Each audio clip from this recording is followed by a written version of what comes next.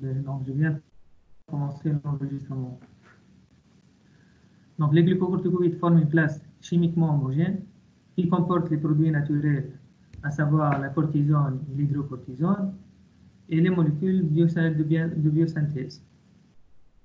Donc, les molécules de biosynthèse, leur rôle, c'est de renforcer l'effet inflammatoire et de réduire l'effet indésirable ou l'activité minéralocorticoïde des corticoïdes.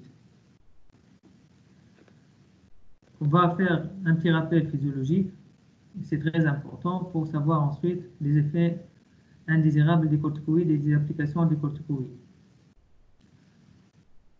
Donc, dans ce schéma, vous voyez que les corticoïdes sont synthétisés par la médullo surrénale. Leur synthèse suit un rythme circadien.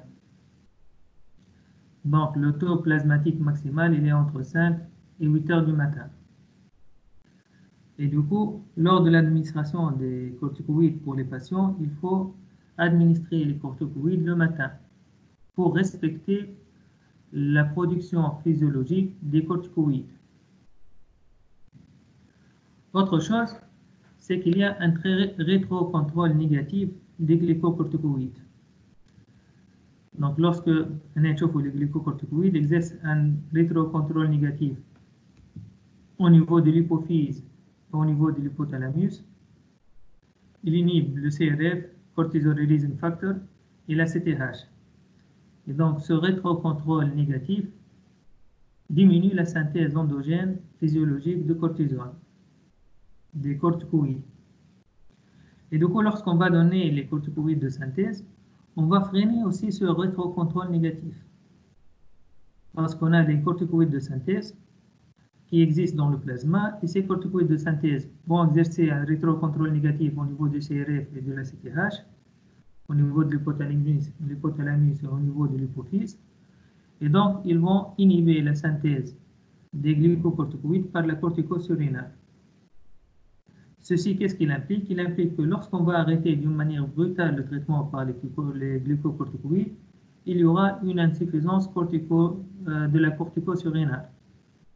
Et cette insuffisance peut être irréversible et la corticosurrénale ne revient pas à la synthèse des corticoïdes. Parce que lorsqu'on donne les corticoïdes de synthèse, il y aura une diminution de la synthèse des corticoïdes physiologiques. Et l'arrêt brutal va entraîner une insuffisance de la corticosurrénale. Les rôles physiologiques, l'effet du cortisol, les rôles physiologiques du cortisol pour les médicaments de synthèse, comme ils ont une action plus importante, ces rôles vont être utilisés comme effet thérapeutique et aussi comme effet néfaste ou indésirable. Donc les corticoïdes, ils ont plusieurs actions. Ils agissent au niveau métabolique par l'inhibition de la synthèse et l'augmentation du catabolisme des protéines. Donc si on va inhiber la synthèse et augmenter le catabolisme des protéines, comme effet indésirable des corticoïdes, on va voir après qu'il y aura une fente musculaire. Il augmente la lipolyse et la redistribution du tissu graisseux. Donc comme un effet indésirable, on va trouver après la lipodystrophie et une distribution non harmonieuse des graisses au niveau de la bosse de Buson. On va trouver une augmentation comme action métabolique de la glycémie. Et donc les glucocorticoïdes, comme effet indésirable, ils vont compliquer le diabète. L'action sur l'os, c'est l'inhibition de la croissance du périoste et l'augmentation de la résorption osseuse. Donc on aura comme effet indésirable une ostéoporose. L'action immunologique est une action anti-inflammatoire et immunosuppressive. Et donc ici, il ne s'agit pas d'un effet indésirable, mais d'un effet thérapeutique recherché. Au niveau cardiovasculaire, les corticoïdes augmentent le débit cardiaque et augmentent la vasoconstriction. Et au niveau central, ils ont un double rôle. Donc, en cas d'excès, ils ont comme effet une euphorie, un syndrome maniaque, une irritabilité. Et en cas d'insuffisance, au contraire, on a une diminution de l'émotion, une dépression, une irritabilité, une léthargie, etc. Donc, un double rôle en cas d'excès ou en cas d'insuffisance. Donc, on va passer aux propriétés des glucocorticoïdes. Donc, les propriétés thérapeutiques recherchées sont généralement trois propriétés. On va rechercher l'activité anti-inflammatoire, l'activité immunosuppresseur, l'effet immunosuppresseur et l'effet anti-allergique. Donc, l'action anti-inflammatoire des corticoïdes se fait par plusieurs mécanismes. Donc, elle va agir sur différents niveaux. On va avoir une inhibition de la vasodilatation, une diminution du chimiotactisme, une diminution d'activité des phagocytoses, etc., etc. Donc, si je passe, c'est que ce n'est pas important. Si je ne lis pas en détail ce qui est écrit dans le manuscrit, c'est que ce n'est pas à apprendre, c'est juste à savoir. C'est clair? ما نحفظوهوش معناها مسيو. أنا ما تحفظوش. L'effet immunosuppresseur. L'effet immunosuppresseur des glycocorticoïdes est également un effet pharmacologique majeur. Donc, il est recherché dans le traitement des maladies allergiques et pour la greffe d'organes. Donc, la greffe d'organes ou les immunosuppresseurs associés aux glycocorticoïdes, généralement la dexamethasone. Donc, cet effet se fait généralement au niveau des macrophages, monocytes et lymphocytes. Et il se fait aussi au niveau des cytokines en inhibant la synthèse des cytokines. L'effet anti-allergique est un effet aussi recherché. Et les glycocorticoïdes, ils ont un effet anti-allergique très puissant puisqu'il inhibe la dégranulation des mastocytes. Donc les mastocytes, ce sont les molécules qui synthèsent les cellules, qui synthèsent les GE responsables de l'inflammation.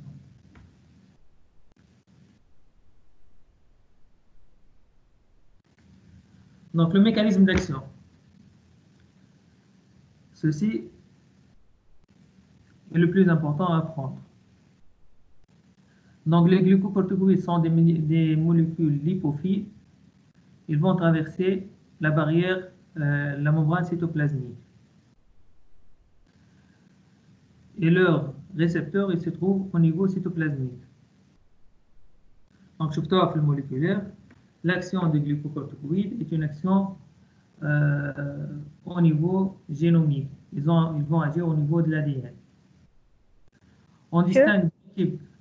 Oui. نقولوا ريسبتور سيتوبلازميك معناتها ريسبتور نيوكليير هو بيدو ولا لا؟ Oui. Parce qu'il se trouve au niveau cytoplasmique, mais il est pour les glucocorticoïdes, il est en équilibre avec, avec le récepteur au niveau nucléaire. Le glucocorticoïde se lie au niveau des récepteurs plasmiques, en bas ils vont passer au niveau nucléaire. Et dans la bibliographie, tu as les deux appellations, tu as récepteur nucléaire et récepteur cytoplasmique. C'est-à-dire, par rapport à quoi? Par rapport à un récepteur membranaire. Donc, il ne s'agit pas d'un récepteur membranaire. Et tous les stéroïdes, les androgènes, les glucocorticoïdes, tous les stéroïdes, ils ont le récepteur nucléaire, au niveau nucléaire. Donc, ils vont tous traverser la membrane cytoplasmique et agir au niveau nucléaire. Donc, on va trouver deux types de récepteurs, les récepteurs de type 1 et les récepteurs de type 2. Et ce sont les récepteurs de type 2 qui sont responsables de l'action sur l'inflammation. Et les récepteurs de type 1 sont les agonistes glucocorticoïdes et minéralocorticoïdes. Donc, dans ce récepteur qui se trouve au niveau cytoplasmique, il y a trois domaines. Donc, vous voyez ici la main, le domaine 1, le domaine 2 et le domaine 3. Donc, chaque domaine, il a sa fonction. Le domaine 3 est le domaine de liaison au ligand. Donc, le récepteur, il est sous l'état inactif.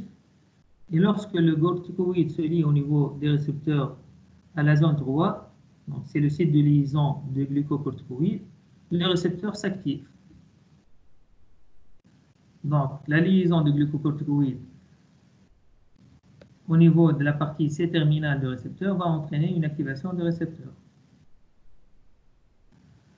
La partie 2 du récepteur est le site de liaison à l'ADN. Donc, lorsque le récepteur s'active, il peut passer au niveau nucléaire. Il va se lier à l'ADN par le domaine de liaison qui est le domaine 2. Donc, l'ADN où il va se lier à l'ADN, il va se lier à des zones bien spécifiques. On les appelle GRE, Glycocorticoid Responsive Element. Et qui va reconnaître le site de liaison sur l'ADN, c'est le domaine 2. Donc, le domaine 2 va guider le complexe récepteur corticoïde au niveau de son site de liaison sur l'ADN. Et le domaine 1, c'est le domaine de la régulation transcriptionnelle. Donc, régulation transcriptionnelle parce qu'on parle ici d'un mécanisme génomique. Donc, ils vont activer la transcription ou inhiber la transcription de gènes. Et il se trouve dans la partie interminale. Donc, pour la transcription, lorsqu'on dit transcription génomique, ADN, ARN se transloque vers le cytoplasme et il y a après une traduction vers des protéines pour la synthèse des protéines. Et ces protéines sont des enzymes qui sont impliquées dans la régulation de l'inflammation, de la réaction inflammatoire, de la réaction immunosuppressive, l'action immunosuppressive, etc.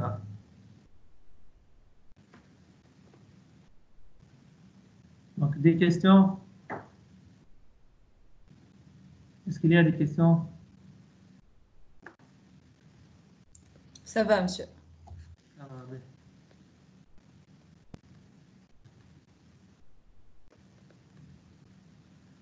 Donc, le mécanisme d'action génomique.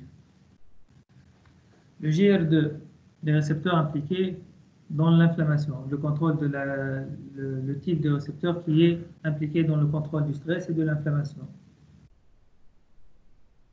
Lorsqu'il est non lié, il se trouve dans un état inactif entre le cytoplasme et le noyau. Et pourquoi il est maintenu à cet état inactif? Parce que lorsqu'il n'est pas lié, lorsqu'il n'est pas lié au corticoïde, il est lié au HSP et la protéine IP. Donc le HSP va maintenir, cette liaison avec le HSP va maintenir le récepteur à un état inactif.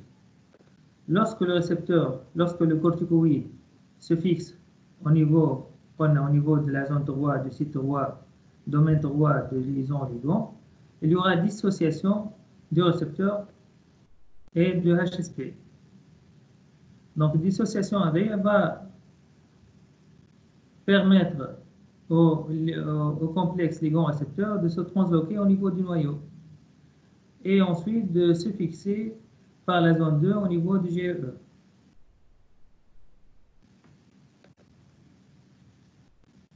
Donc, au niveau du noyau, le récepteur reconnaît son site accepteur dans l'ADN qui s'appelle le GRE, Glycocorticoid Responsive Element.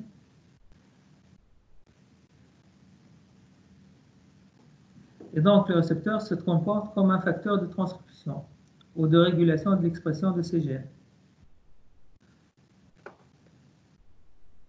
Donc, on revient au schéma. Le glucocorticoïde traverse un membrane cytoplasmique, se fixe au niveau du récepteur, dissociation du HSP, translocation vers le noyau, fixation par le domaine 2 au niveau des GRE, et cette fixation au niveau des GRE va ou bien activer ou inhiber la transcription de certains gènes. Donc les gènes qui vont être positivement transcrits, on va activer la transcription de ces gènes. Ce sont des molécules à activité anti-inflammatoire, comme par exemple la lipoprotéine. Et les gènes qu'on va inhiber leur transcription, ce sont des gènes impliqués dans la réaction inflammatoire par exemple les cytokines, la cyclooxygénase, etc. Donc cette action, elle est retardée parce qu'il s'agit d'un mécanisme génomique, mais elle est puissante.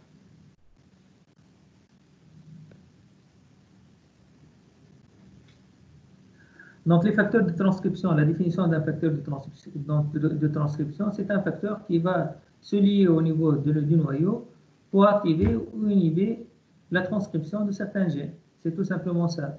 Et le complexe corticoïde récepteur, il s'agit ici d'un facteur de transcription.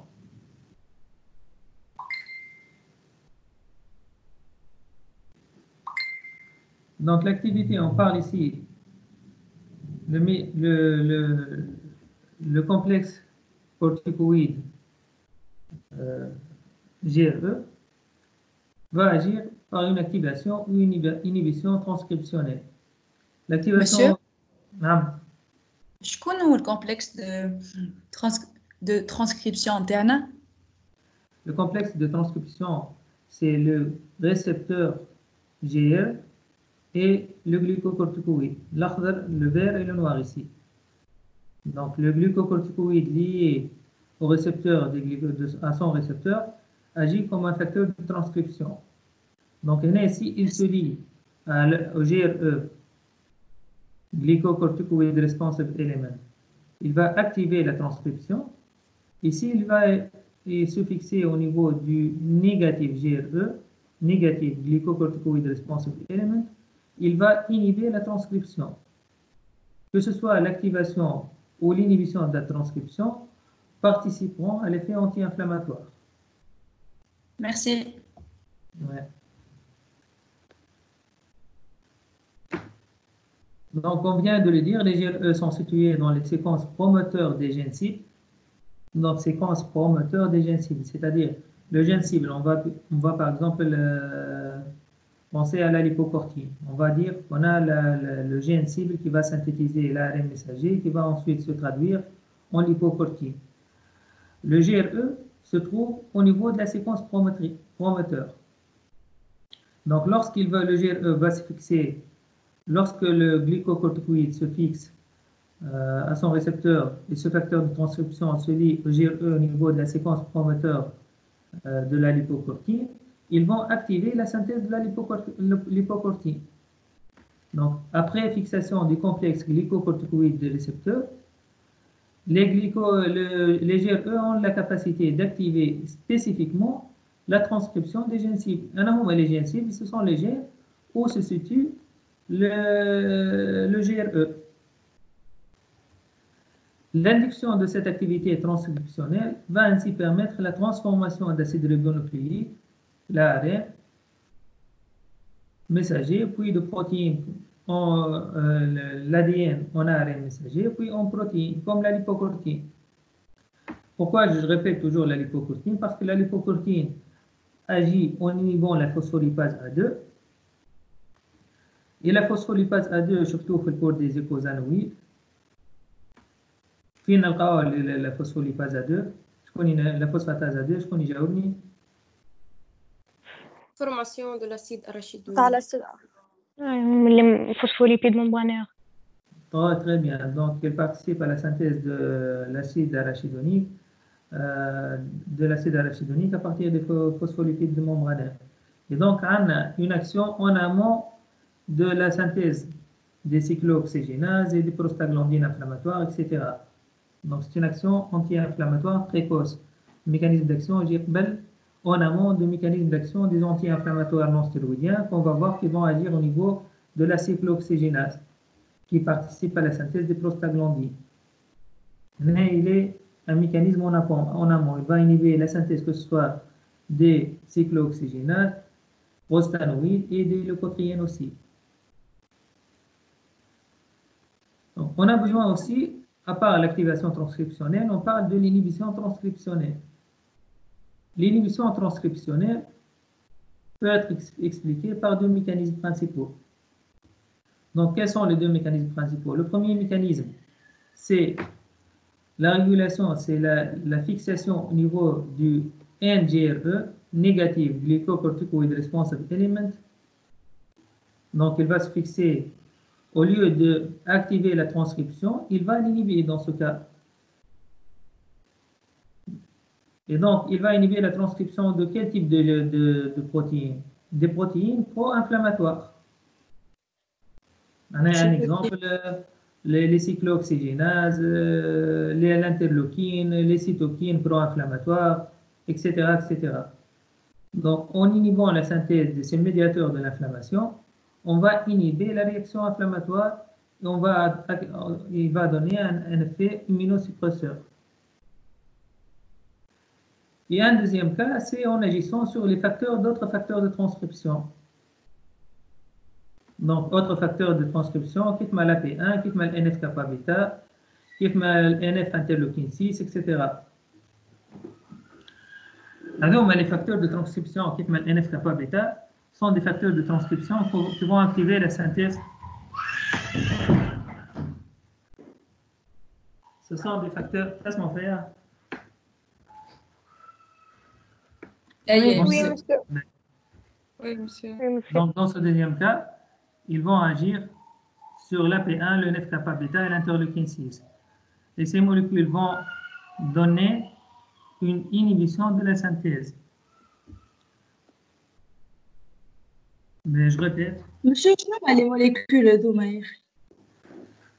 Mais كيف ما le glycocorticoïde avec son récepteur constitue un facteur de transcription, il y a d'autres molécules qui sont aussi d'autres facteurs de transcription.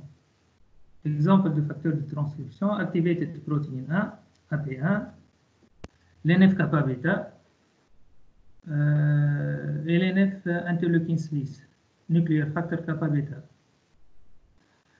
Ces facteurs de transcription sont généralement synthétisés au cours d'un processus inflammatoire. Et lorsqu'ils sont synthétisés, ils vont agir comme facteurs de transcription, donc ils vont activer la synthèse d'autres protéines. Le NF-kappa bêta, par exemple, il va provoquer la synthèse de TNF-alpha. Ou TNF-alpha est une molécule pro-inflammatoire. Donc, le mécanisme d'inhibition transcriptionnelle, il va agir sur ces facteurs de transcription. Donc, c'est un facteur de transcription, glycocorticoïde avec son récepteur, qui va inhiber d'autres facteurs de transcription. Et donc, il va inhiber la synthèse des molécules pro-inflammatoires par ces facteurs de transcription qui sont le NF-kappa bêta et le NF interleukine 6 et l'AP1. Monsieur, معناتها un facteur de transcription, il agit. Oui. Un facteur de transcription, il agit à un facteur de transcription l'air.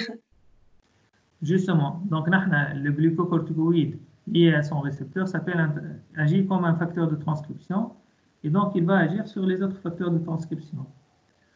Donc si on va voir ici le mécanisme d'action dans ce schéma, le glucocorticoïde se fixe au niveau des GRE, il va activer la transcription, comme on a l'exemple de la lipocortine qui va inhiber la lipoxygénase A1. Le facteur de transcription, le récepteur avec le glucocorticoïde va agir au niveau du négatif GRE, il va inhiber la transcription, ou bien il va agir sur d'autres facteurs de transcription et inhiber leur activité transcriptionnelle.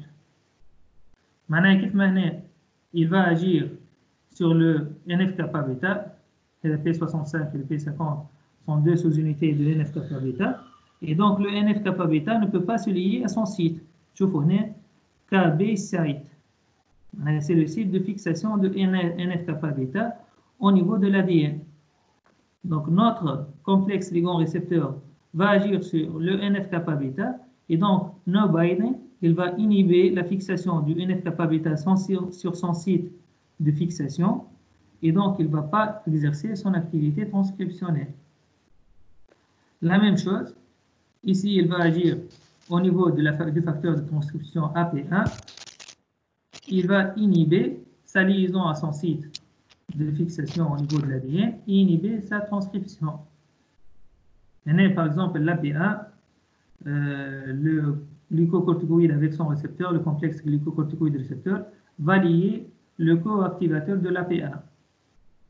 Et donc, l'AP1 non lié à son coactivateur ne va pas pouvoir se fixer au niveau de son site de fixation au niveau de l'ADN. Il ne va pas exercer son activité transcriptionnelle. Donc, ne va pas pouvoir synthétiser les cytokines, les collagénases, etc. Donc, ici, l'action, elle est une action indirecte. Donc, il s'agit d'une action transcriptionnelle indirecte.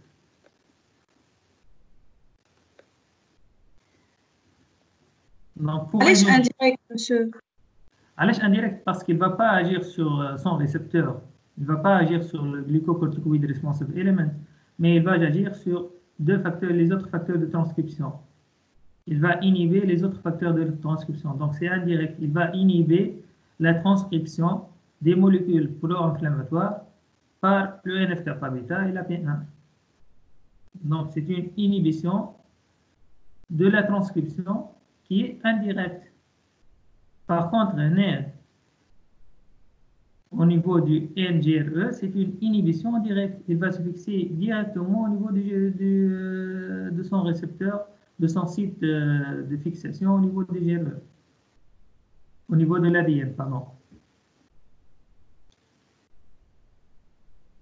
Donc, pour résumer, les corticoïdes, ils ont une action génomique.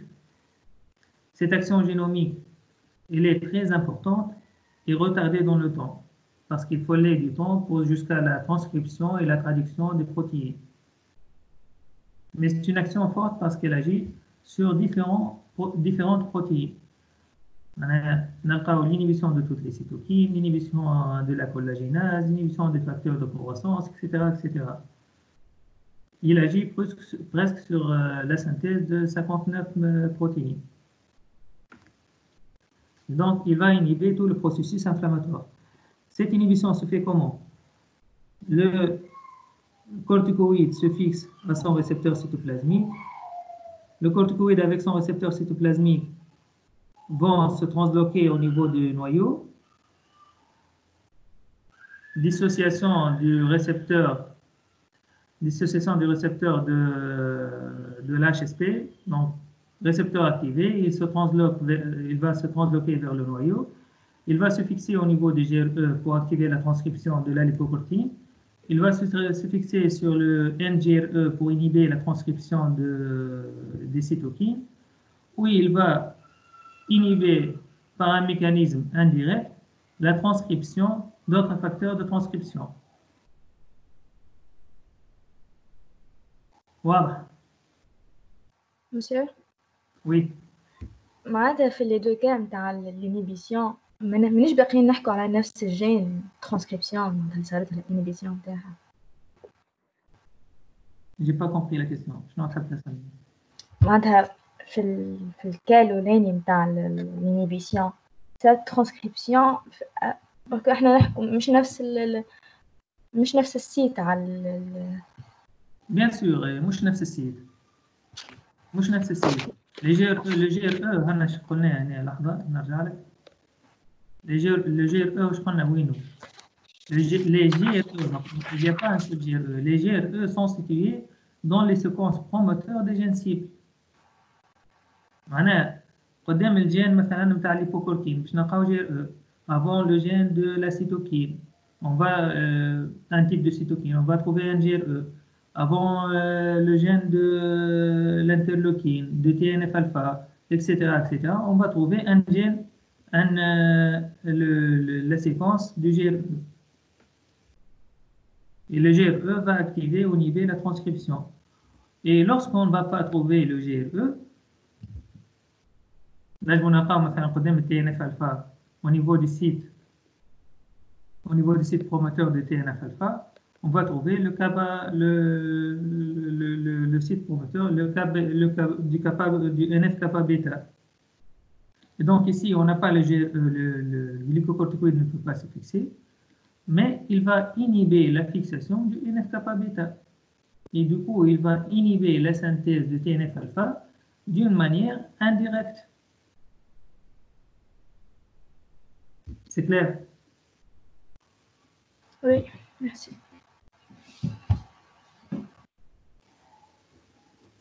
Donc, c'était la question de l'examen l'inhibition transcriptionnelle le mécanisme d'inhibition transcriptionnelle des glycocorticoïdes. Donc, il existe aussi un mécanisme non génomique. Et le mécanisme non génomique explique l'action rapide des glycocorticoïdes. Le mécanisme d'action génomique, il prend du temps. C'est un mécanisme génomique qui est retardé. Une transcription de l'ADN en ARN ou la traduction de l'ARN en protéine et pareil de la protéine jusqu'à ce qu'il fasse son effet anti-inflammatoire. Mais par exemple, les glycocorticoïdes sont utilisés dans les réactions, par exemple en cas de choc anaphylactique. Donc, cette action au niveau d'un choc anaphylactique, qui est une urgence thérapeutique, ne peut pas s'expliquer par son mécanisme génomique. Donc, les glycocorticoïdes, ils ont aussi un effet non génomique. L'effet non génomique, il a deux mécanismes principaux. Donc, la stabilisation des membranes lysosomiales, l'inhibition de la dégranulation des mastocytes et des basophiles. Donc, elle est surtout cette inhibition de la dégranulation des mastocytes et des basophiles, elle est responsable de son action anti-allergique en cas de choc anaphylactique. Ils vont inhiber la migration des cellules inflammatoires et ils peuvent diminuer l'activité des phagocytes. Donc, le mécanisme d'effet pharmacologique non génomique. Le mécanisme génomique, il est responsable de l'effet anti-inflammatoire retardé mais puissant et de l'effet immunosuppresseur. Donc, ce fait mécanisme génomique, c'est-à-dire modulation de l'expression des gènes. Exemple, régulation positive ou la négative. Le positif, il va agir sur le GRE, pardon, par augmentation de la synthèse de la lipocortine. Il va agir sur le NGRE, il va augmenter la synthèse de la lipocortine. Et la lipocortine va inhiber la phospholipase A2. Et donc, il y aura une inhibition de la production de prostaglandine. Donc, c'est un mécanisme génomique direct en agissant sur le GRE. Enfin, une régulation négative, c'est la diminution de la synthèse des collagénases, stromylysine, la COX-2, les cytokines, etc., etc. Donc, ou bien en agissant sur le NGRE, ou bien en agissant sur le facteur de transcription comme l'AP1 ou le NF-kappa-bêta. Donc, c'est clair? C'est clair? Oui, monsieur. نعملوا 5 minutes ونرجعوا. باهي monsieur. Juste 5 minutes. باهي. Ok. Je vais pas couper la réunion, tant de réunion, juste 5 minutes ونرجعوا.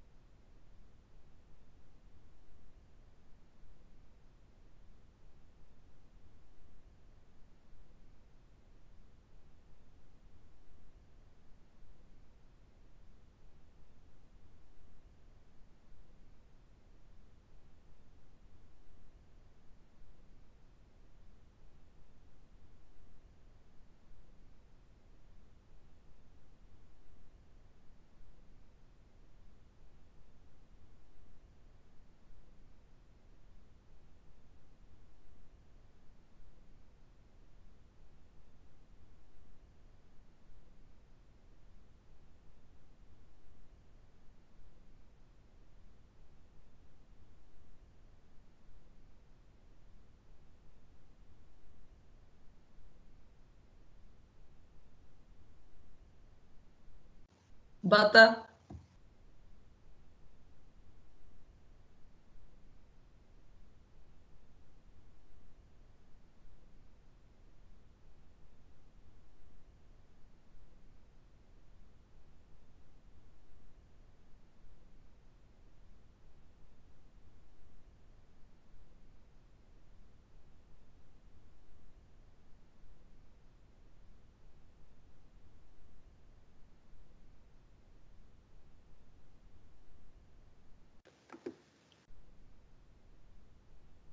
Bonjour.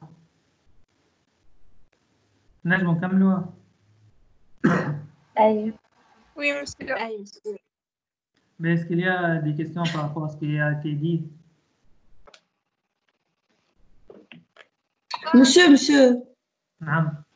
اسمع juste سؤال monsieur.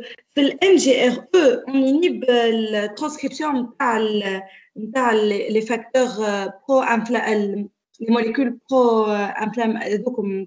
pro-inflammation, cytokines وكل ولا الآخرين؟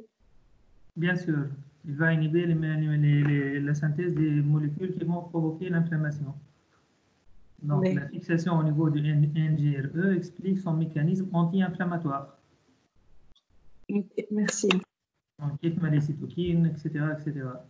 Donc, toutes les molécules qui participent à l'inflammation, on dit que في partie l'eau, la manatadina, les mastocytes, les leucotriènes, les prostaglandines, les cyclooxygénases, les cyclooxygénases, il y a l'inhibition par rapport à l'inhibition de la phospholipase A2, mais il y a l'inhibition qui est une inhibition directe par rapport par le NGRE. Monsieur, Oui. معناتها هو باش يعملوا inhibition نفس الحاجة en fin de compte أما واحدة façon indirecte وواحدة façon directe و ça dépend les récepteurs هكا. Non, ça dépend de la molécule.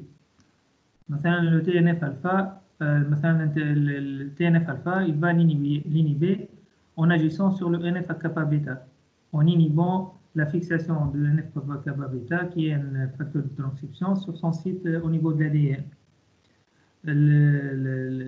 La COX, il va l'inhiber par deux méthodes, en inhibant la lipoxygénase et en se fixant sur le NGRE.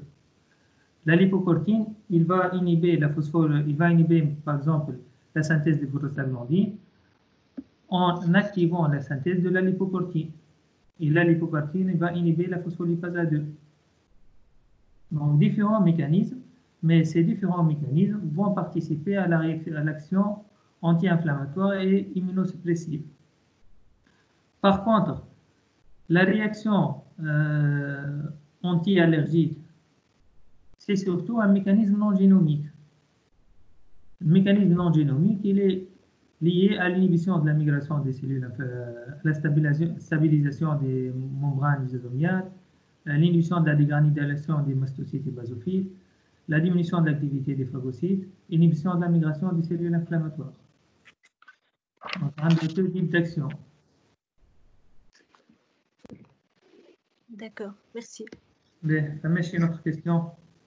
Monsieur, Oui.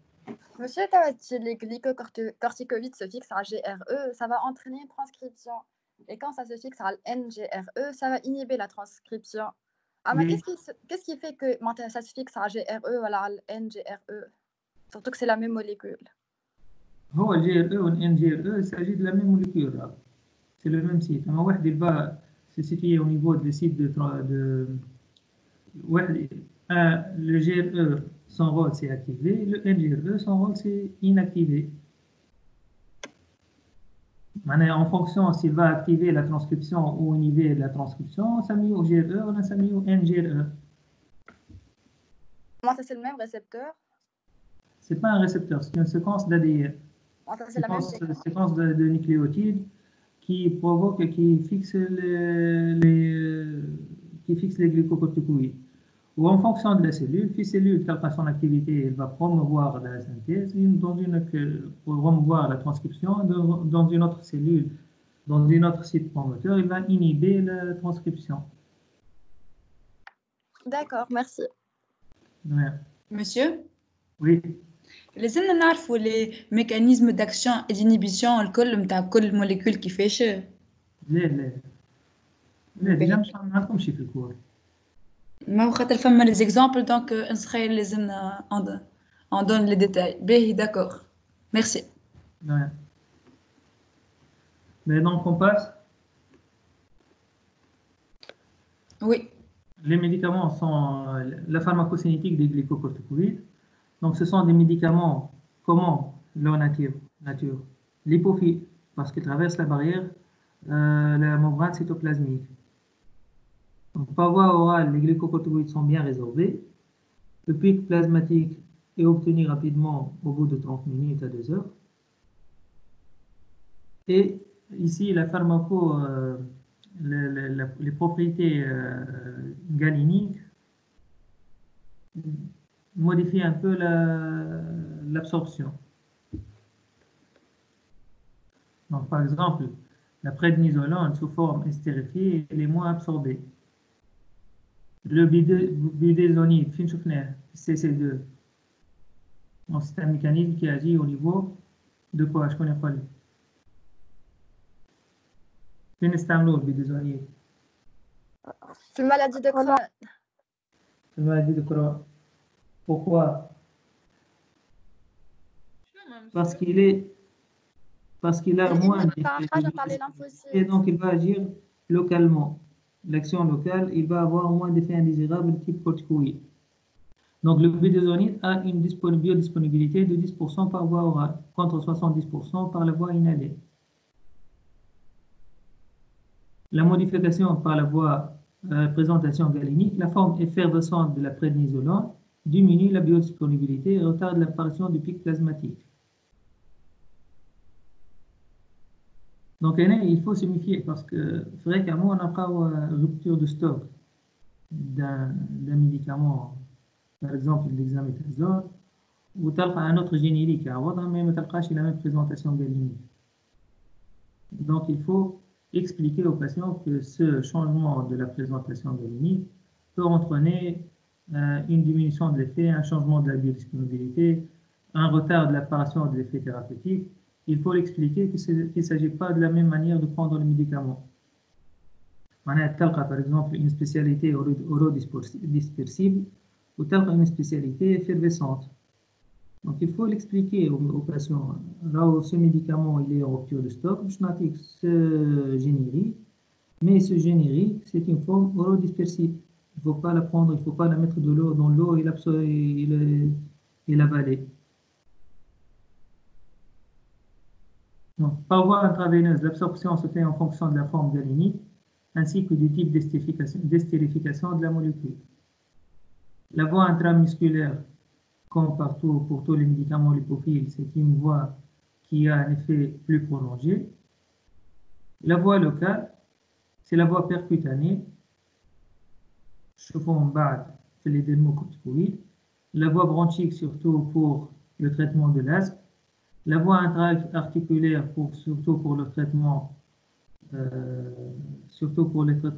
rhumatisme inflammatoire. Et la voie oculaire. Généralement, la voie oculaire en association avec les antibiotiques.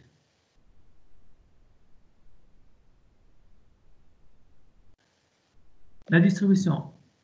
Donc, la distribution après résorption, les glucocorticoïdes sont liés de manière réversible aux protéines plasmatiques spécifiques, la transcortine. Et ils se fixent aussi d'une manière peu spécifique à l'albumine. Donc, d'une manière spécifique, la transcortine, qui est une protéine au niveau du plasma, où se fixent les glycocorticoïdes. La fraction libre, elle est de l'ordre de 20%.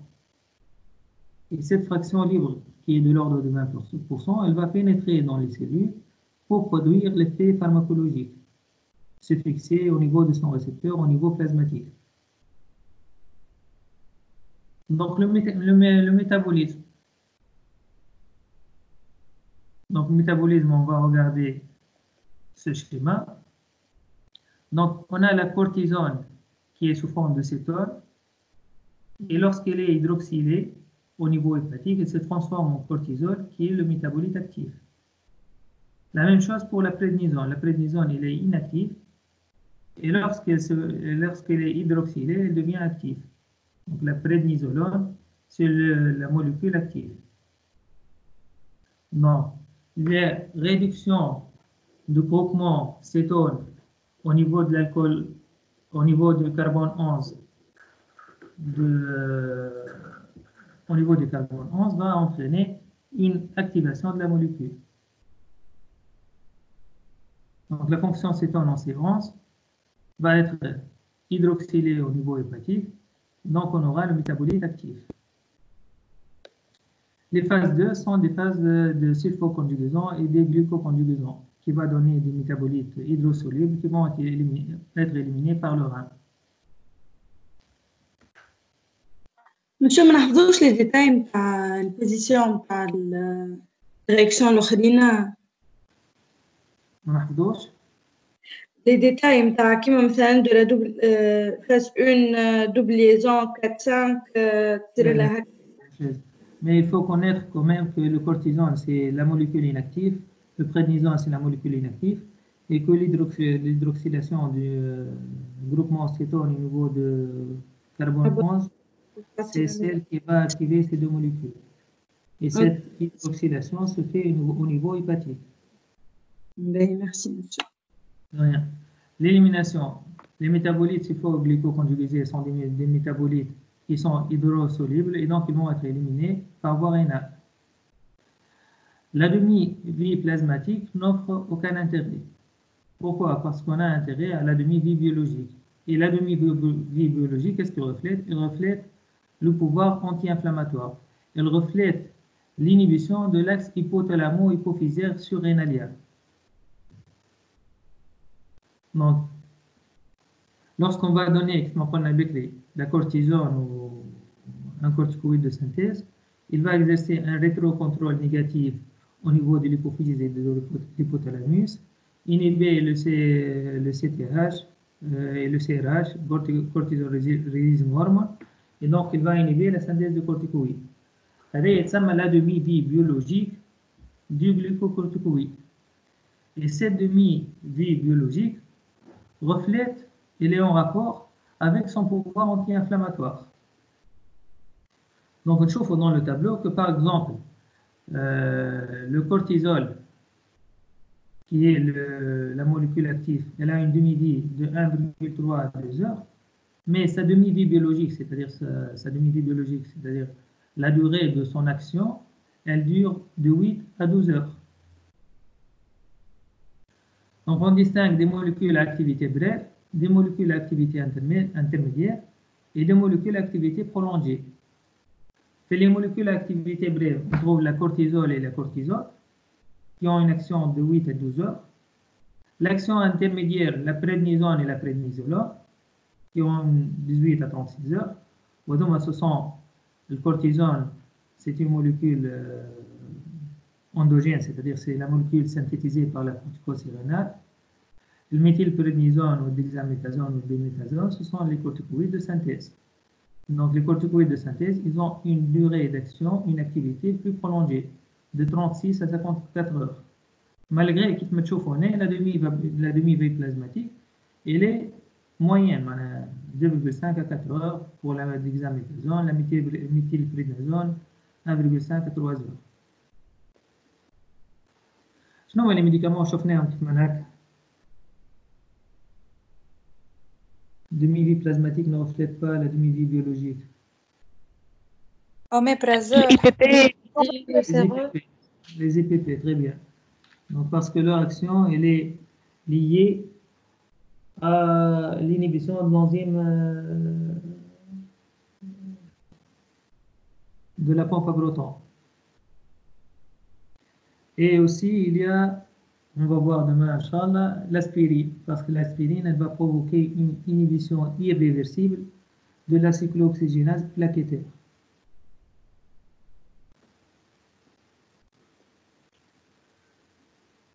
Donc, les molécules, les principaux médicaments sont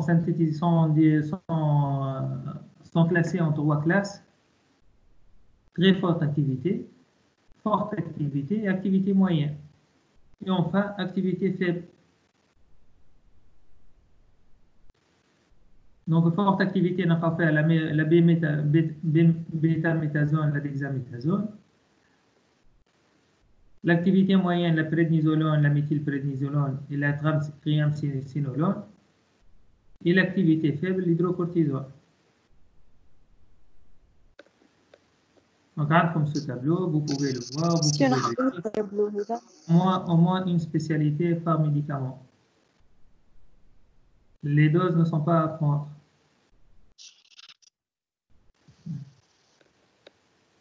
Monsieur, حتى dose équivalente à ne pas prendre.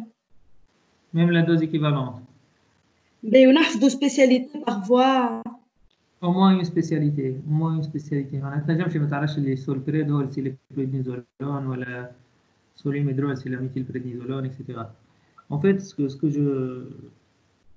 je pense, c'est que mais le jour où vous allez être dans une officine, il faut répéter, prescrire, l'ordonnance, tu donnes le médicament, tu t'attends. Exactement, voilà, monsieur.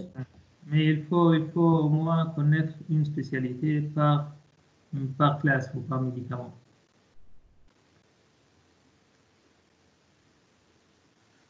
La principale indication de la corticothérapie, comme les indications anti-inflammatoires, anti-allergiques, immunosuppressives. Donc, les traitements d'urgence administrés par voie parenchyrale sont dans les situations mettant en danger la fonction vitale de l'organisme, comme l'œdème cérébral, l'œdème de Quincke, l'insuffisance surrénalienne aiguë, le syndrome de détresse respiratoire aiguë, l'état de mal asthmatique. Vraiment, les indications des glucocorticoïdes sont énormes. Les indications que vous avez ici dans le cours ne représentent pas 10% des indications des glucocorticoïdes. Et on les trouve partout. Et ce sont parmi les médicaments les plus prescrits. C'est pour cette raison que pour la pharmacovigilance, il faut faire beaucoup d'attention. Les tous les effets indésirables et les proportions d'emploi de ces classes de médicaments. On distingue les traitements de court durée et les traitements de longue durée. Les traitements de courte durée, par exemple la rhinite inflammatoire, la laryngite, la sinusite aiguë, les maladies oculaires d'origine inflammatoire, ne nécessitent généralement pas de précaution d'emploi parce que les effets indésirables ne vont pas s'observer en 5 à 10 jours. Par contre, les traitements de longue durée, c'est-à-dire un traitement de plus de 3 mois, dans ce cas, on parle de corticothérapie prolongée. Et du coup, les effets indésirables, on ne peut pas les prévenir. Les effets indésirables liés au mécanisme d'action, liés aux propriétés physiologiques et pharmacologiques des glucocorticoïdes, on va les trouver. Les traitements de longue durée, les affections rhumatismales auto-immunes, comme le rhumatisme articulaire aigu, la polyarthrite rhumatoïde, le lupus érythémateux disséminé, l'anémie hémolytique auto-immune, l'hépatite chronique auto-immune. Dans le rhumatisme articulaire aigu et la polyarthrite rhumatoïde, ils vont provoquer un soulagement des patients, mais ils ne vont pas arrêter l'évolution de la maladie. Le patient peut retrouver sa motilité normale, il va avoir moins de douleur,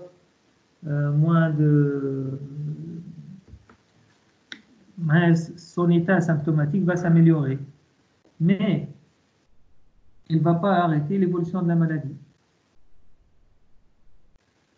Non. Pour la prévention de rejet en greffe d'organes, ce sont des indications pour leur effet immunosuppresseur. Donc, on a une utilisation pendant toute la vie.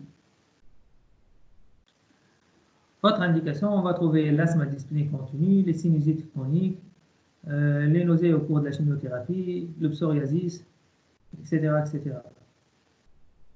Donc, pour les traitements, femme a des traitements d'urgence, femme a des traitements de courte durée et femme a des traitements de longue durée. Les traitements d'urgence, on va utiliser la voie parentérale. Ce sont vraiment des urgences thérapeutiques. Les traitements de courte durée, ce sont directement des affections banales. laryngite, ou la rhinite, ou la sinusite, ou on peut utiliser les corticoïdes ou bien les anti-inflammatoires non stéroïdiens. Et généralement, on n'a pas besoin de faire des fractions d'emploi. Par contre, les traitements de longue durée sont des traitements où on va prendre les corticoïdes d'une manière prolongée.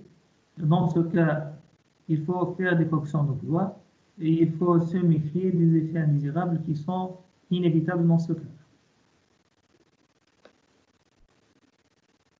Donc, les effets indésirables, je vais commencer à apprendre par cœur les effets indésirables.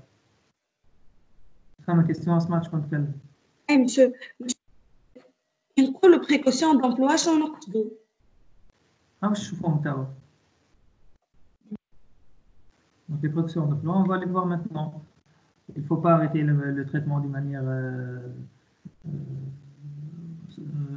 il faut arrêter le traitement d'une manière progressive, il faut un régime hyposodé, il faut... Donc, les effets indésirables des corticoïdes, ils s'appellent l'hypercorticisme iatrogène, sont prévisibles. Prévisibles parce qu'ils sont liés aux propriétés pharmacologiques. Ils sont en fonction du terrain, l'âge, la pathologie, les antécédents du patient. Ils sont en fonction de la posologie quotidienne, de la durée du traitement, de la nature du corticoïde et de la voie d'administration, et surtout de la durée du traitement. Avec le terrain, la posologie et la durée du traitement. Donc, ces effets, c'est quoi? Ce sont les troubles hydrominéraux, les troubles métaboliques, les troubles hydrominéraux, les troubles glucidiques, protéiques et lipidiques, les troubles digestifs, les troubles endocriniens,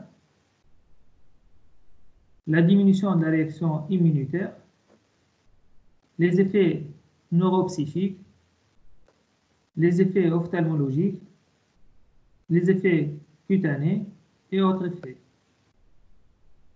Les effets hydrominéraux sont les plus fréquents. Donc, il y a une rétention hydrosodée. Rétention hydrosodée, je m'en ai. Donc, mana automatiquement EDM, mana automatiquement HTA, ou mana automatiquement aggravation d'une insuffisance cardiaque préexistante. C'est un cercle marouf. Rétention hydrosodée, EDM HTA, aggravation d'une insuffisance cardiaque. Même avec les anti-inflammatoires non stéroïdiens. Parce qu'il agit sur la prostaglandine E2, il y a une hypoperfusion rénale, donc HTA et aggravation d'une insuffisance cardiaque. La dépression potassique, l'hypocalémie. Donc l'hypocalémie, qu'est-ce qu'elle favorise? Elle favorise la survenue de torsades de pointe. Donc, la dépression potassique provoque aussi une asthénie et les crampes musculaires. Donc, comme précaution d'emploi il faut ici ajouter, prendre une supplémentation en potassium, réduire les sels. Déjà, parfois, les يبدا ياخذ في الكورتيكويد يقول له ما تاخذش الملح. Donc, diminution de l'absorption intestinale et la résorption tubulaire du calcium. Ceci implique un ralentissement de la croissance chez l'enfant, une ostéoporose qu'on appelle ostéoporose cortisonique. Et cette ostéoporose cortisonique constitue la première cause d'ostéoporose secondaire. Le calcium, l'augmentation de calcium, qu'est-ce qu'elle provoque? Elle provoque une lithèse rénale. Donc ici, كان بالحق الواحد فاهم الميكانيزم وحده يعرف les effets indésirables. Rétention hydrosodée HTA, dépression potassique, asthénie ou crampes musculaires, diminution de l'absorption intestinale du calcium, automatiquement diminution de la croissance et ostéoporose, glucidique, une augmentation de la néoglucogénèse, diminution de l'utilisation périphérique de glucose. Donc, je vais t'amener diabète cortisonique. Monsieur Oui. علاش تولي عندنا ليتاز رينال كي تصير ديمينيسيون تاع لابسوربسيون تاع الكالسيوم؟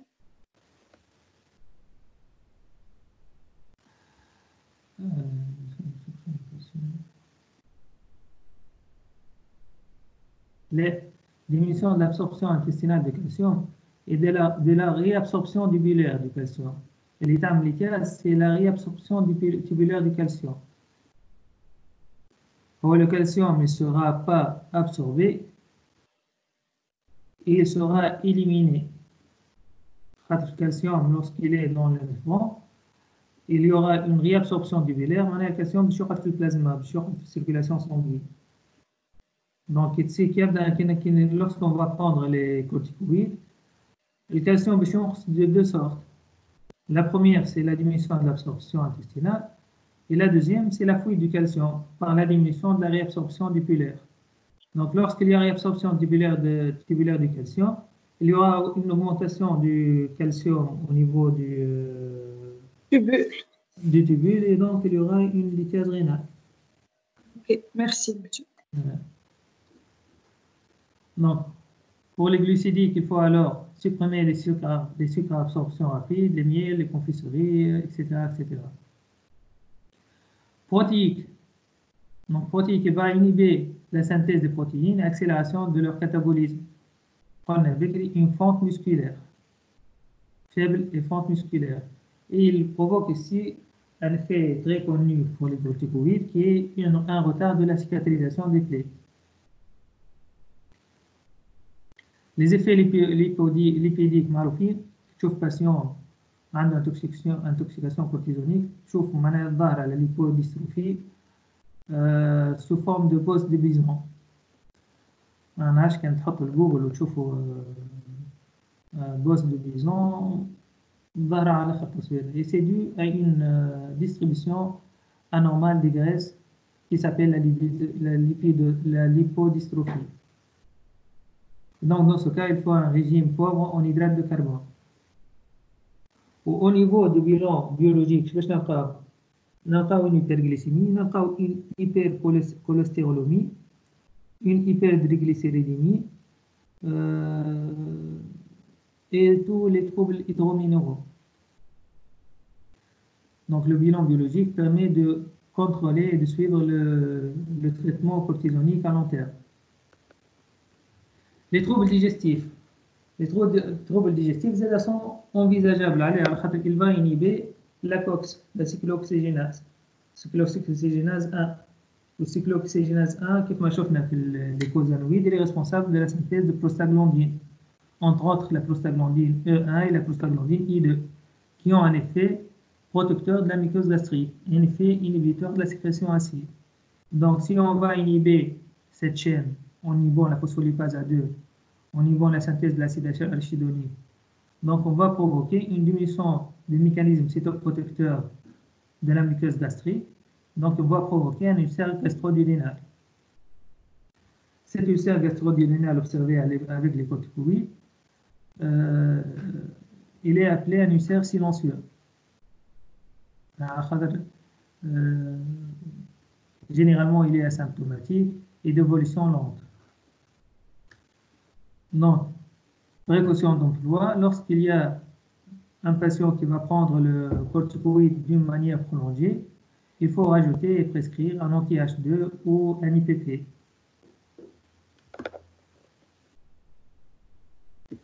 Donc, comme effet indésirable, on a aussi les troubles endocriniens.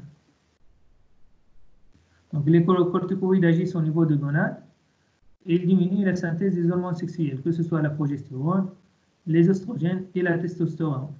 Donc, chez la femme, il va provoquer un trouble du cycle menstruel. Ce trouble peut aller jusqu'à l'aménorrhée.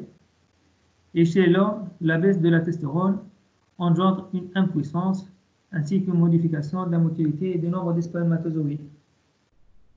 Et je veux encore rappeler que ces effets qu'on est en train de parler sont des effets qui s'observent après un traitement à long terme.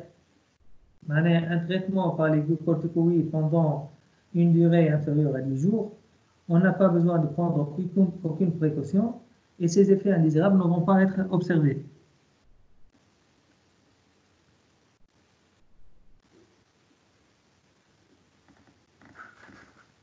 Donc, entre autres, qu'est-ce qu'on aura? On aura une diminution de la réaction immunitaire. Donc, la diminution de la réaction immunitaire est un effet pharmacologique recherché dans certaines indications comme la greffe d'organes, mais il est aussi un effet indésirable parce qu'il va favoriser l'apparition d'infections bactériennes et virales. Donc, avant tout traitement prolongé par les corticoïdes, il faut éradiquer les foyers infectieux et vérifier qu'il n'y a pas une infection. Aussi, il faut contre-indiquer les vaccins vivants atténués, comme rubéole, orion, rougeole. Donc, ces vaccins sont contre-indiqués lorsque le patient prend les corticoïdes. Pourquoi? Parce que ce ne sont pas des vaccins antigéniques. Les vaccins, il y a des différents types. Les vaccins antigéniques, c'est un antigène de la bactérie et l'organisme va développer des anticorps contre cet antigène. Et donc, lorsqu'il y a introduction de ce pathogène, ils vont agir sur cet antigène et éradiquer le pathogène. Il y a les vaccins vivants atténués, qui sont tout le pathogène, mais qui a atténué, qui a diminué la virulence.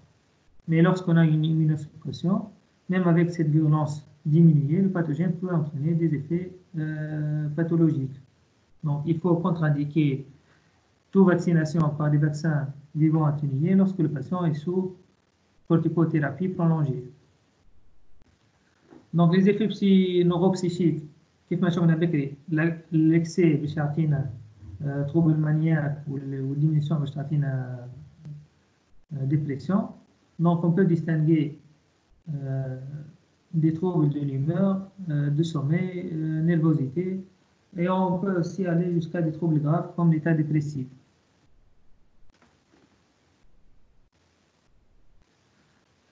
Les effets ophtalmologiques, c'est le cataracte et le glaucome cortisonique. Donc, comme précaution d'emploi, il faut mesurer la tension oculaire avant d'utiliser les collyres à base de corticoïdes. Comme effet redoutable, cataracte, c'est une pathologie oculaire qui se manifeste par une augmentation de la pression oculaire. Donc, la cataracte et le glaucome. Ce sont les deux manifestations. Merci.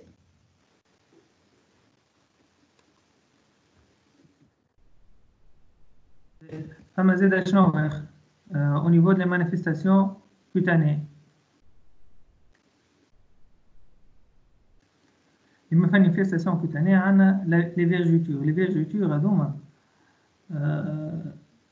ينجموا يخلي une patiente ou un patient يقص على traitement. يقص d'une manière brutale. Donc, il faut dire aux patients tout d'abord qu'il y a un risque d'apparition de vergetures. Et comme ça, le patient il peut prendre des crèmes hydratantes ainsi pour prévenir cet effet indésirable nuisible. Donc, comme autre effet indésirable, on trouve des réactions d'hypersensibilité rares et redoutables. Les corticoïdes, ils ont une action anti-allergique. Mais paradoxalement, ils peuvent provoquer une réaction d'hypersensibilité. Comme autre effet indésirable, l'augmentation de l'appétit. Donc, sur le marché tunisien, il y avait une vente accrue de médicaments de dexaméthasone. يبيعوا في المارشي في الدexaméthasone في السوق الدexaméthasone والعباد تاخذ فيها باش تسمن وتزيد في الشهية و alors que c'est un médicament que comme vous voyez a effet indésirable très redoutable. هما العباد ياخذوا فيه d'une manière هو redistribue les graisses d'une manière معناها في الوجه هكا يولي فما لا graisse تحس الوجه سمن ويقوي في الشهية. Et donc العباد قاعدة تاخذ فيه من المارشي وتاخذ فيه على أساس traitement qui va augmenter l'appétit alors que هو جاي من الجزائر alors que c'est un médicament action à effet néfaste. Dexaméthasone. Monsieur? Oui. كيفاش تولي عندنا رياكسيون ديبرسونسيبيليتي وهو على باز عنده effet anti-allergique؟ Oui, c'est paradoxal. Le mécanisme n'est pas connu, mais c'est paradoxal. Qui fait cet effet. نشوف فما حاجة أخرى بارابور الريترو كونترول نيجاتيف احنا نعطيو فيه سوبليمون تاع كورتيكويد وهو بيدو يمشي يعمل ريترو كونترول نيجاتيف على سانتيز تاع الكورتيكويد معناتها العادي. Il est considéré comme un corticoïde par l'organisme. Il est considéré comme un corticoïde. ياما مش نجمو كي كنتيحو فيه Le corticoïde, comme le corticoïde dans le sang, il va inhiber par un mécanisme de rétrocontrôle la synthèse des corticoïdes. C'est un corticoïde de synthèse. Il partage plus ou moins la structure chimique des corticoïdes physiologiques naturels. Il va agir sur la CTH au niveau de l'hypophyse, inhiber la synthèse des corticoïdes. Oui, غادي شنو نجم شنو قلت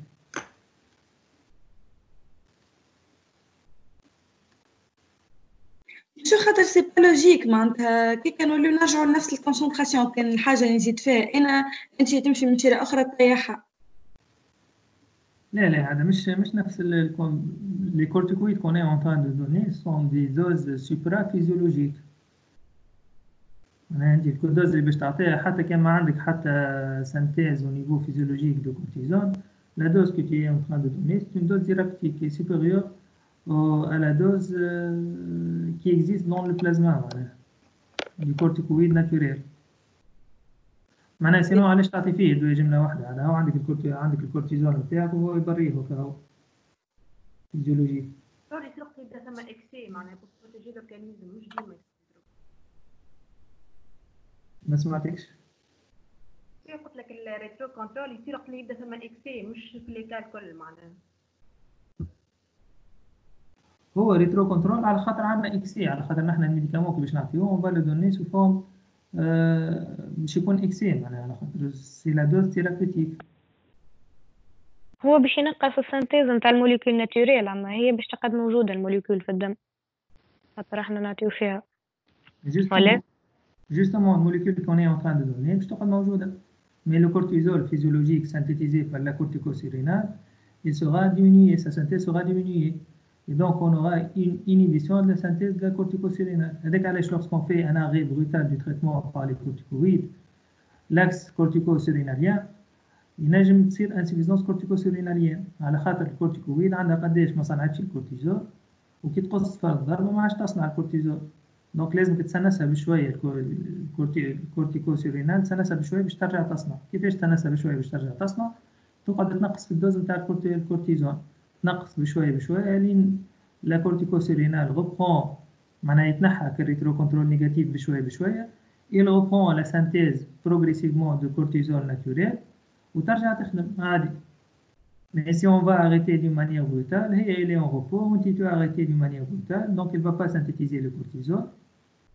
Et donc il y aura une insuffisance corticosérénalienne.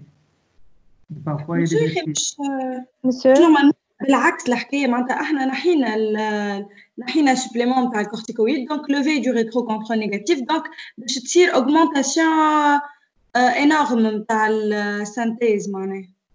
لا هي elle est en repos la corticosérénale. قلت وانت زاد لوجيك. اما ce qui se passe c'est qu'elle est en repos.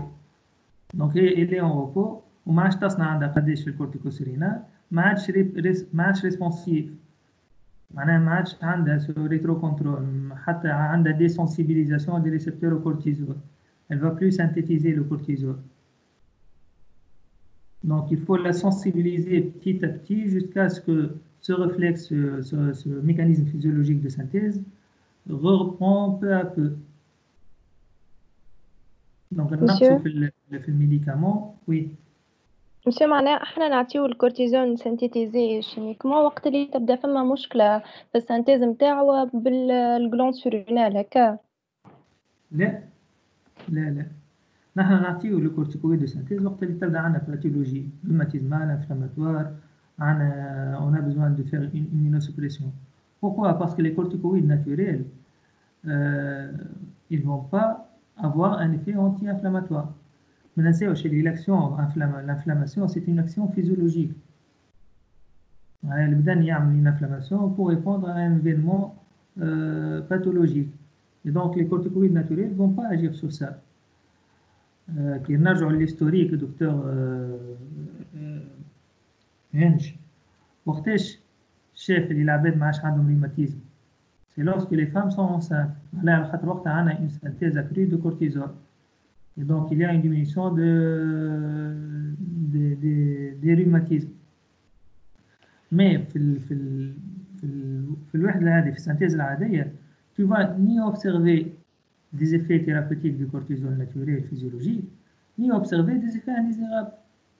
Les effets sont des effets physiologiques. ماشي باش تلقى hyperglycémie قال شنو على خاطر معناها كورتيكوسينيرال تصنع في برشا كورتيزون. Non, ça sera contrôlé d'une manière étroite par la CTH, par le CRH, et il sera dans les normes physiologiques. Il n'aura pas ni effet immunosuppresseur, ni effet anti-inflammatoire, ni effet hyperglycémiant, par exemple. Les effets seront des effets physiologiques. D'accord. Mais lorsqu'on va le donner par des doses suprathérapeutiques, on va commencer à observer les effets thérapeutiques. واضح. ou les effets indésirables. هذه حبيت نركز عليها l'augmentation de l'appétit على خاطر بالحق معناها معناها صارت برشا مشاكل معناها العباد تاخذ في الكورتيكويد وتاخذ فيهم معناها من السوق من القاعة من المارشي من الرحبة وتشرب فيهم وعادي معناها تاخذ في 40 ملغ في 20 ملغ بلوتو دو ديكزاميثازون قال شنو باش تهز في الشارع وكي تخطر له نهار يشرب تخطر له نهار ما يشربش تخطر له نهار يشرب الصباح نهار في الليل. Donc c'est très dangereux. وهنا c'est le rôle du pharmacien على خاطر هو كي يلقى حاجة في هناك باش يهزها الفارماسيان يسألوا هذا باهي مش باهي etc. Monsieur, Oui. monsieur, pour les effets neuropsychiques, pour éviter ces effets, on peut prescrire des anxiolytiques ou bien des antidépresseurs avec les corticoïdes.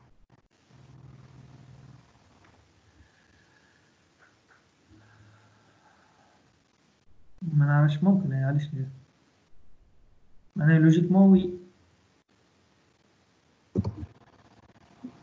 D'accord. معناها ما يعملش des interactions médicamenteuses مع نوع معين من les médicaments.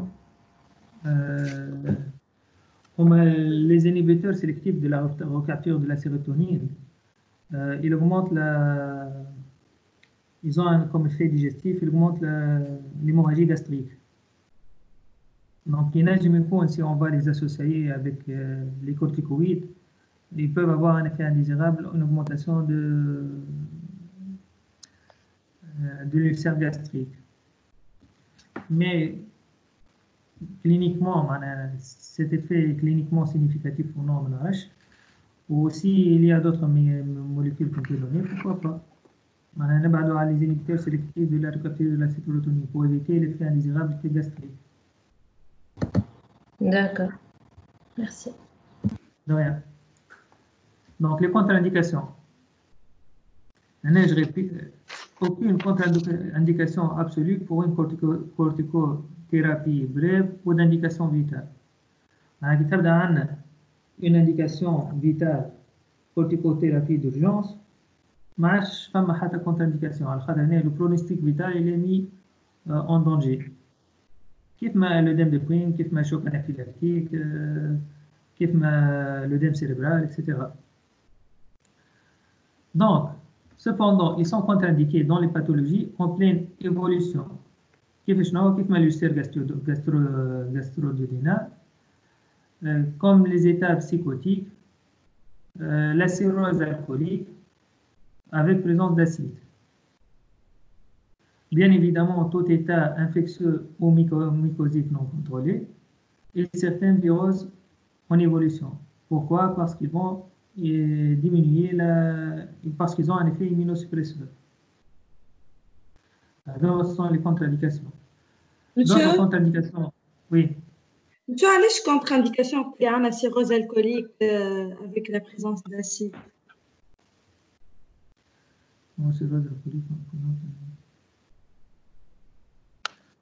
Lorsqu'on a une cirrhose alcoolique il y a le métabolisme, il va être diminué. Donc, si avec les cirrhoses alcooliques, on n'a jamais chez je vais rechercher ça et je l'ai noté. Et je vais vous répondre sur le forum de l'ENT. Inch'Allah. Donc, les indications relatives sont surtout des situations où un ou plusieurs effets indésirables des corticoïdes sont déjà présents chez le patient. Kif ma diabète insulino-dépendant, hypertension artérielle, ostéoporose. Donc, il va favoriser ces effets. Donc, quel que soit le terme de la grossesse, de la durée et de la posologie de la corticothérapie, les corticoïdes sont dépourvus d'effets tératogènes et phototoxiques. هنا كنرجعوا ل5 ولا 10 سنين التالي نلقاوه contre-indiqué pendant la grossesse. Mais après, on a trouvé qu'il y a une enzyme au niveau placentaire, le placenta, qui va désactiver les corticoïdes. Donc, il n'y a aucun risque pour la femme enceinte. Enfin, pour les contre-indications, les interactions médicamenteuses. Donc, je n'ai pas les interactions médicamenteuses. كان ما تقولوش le document وتخموا plus ou moins حسب les mécanismes d'action.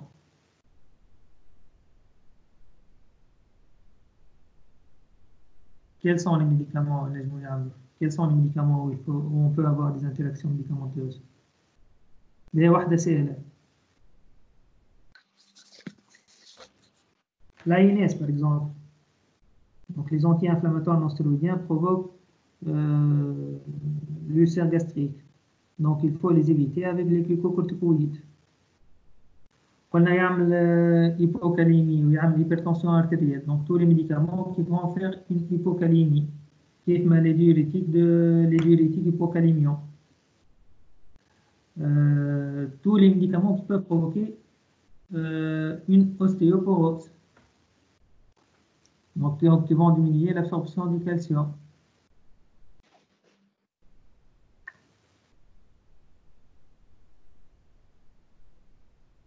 Entre autres, les quinolones. Donc, les quinolones, ils ont comme effet indésirable majeur la rupture tendineuse. Donc, il est déjà mis en rouge. Les quinolones ont un effet indésirable qui est redoutable, qui est la rupture tendineuse. Et les glucocorticoïdes associés avec les quinolones vont augmenter ce risque. L'association des corticoïdes de synthèse avec des médicaments entraînant des torsades de pointe est déconseillée.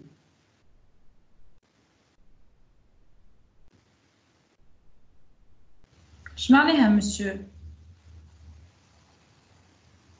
Donc, les médicaments qui vont provoquer une torsade de pointe sont généralement des médicaments hypocalémiants qui vont provoquer un trouble de rythme cardiaque. On ne doit pas les associer avec les corticoïdes.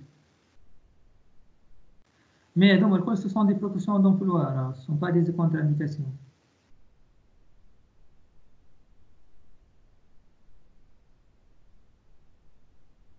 كيما لي انتي ميتيك مسيو لي معناتها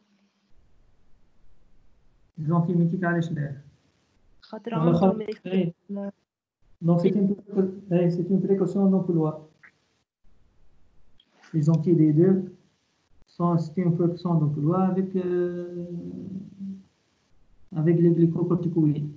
Et en plus, les glycocorticoïdes sont utilisés dans les traitements antiémétiques.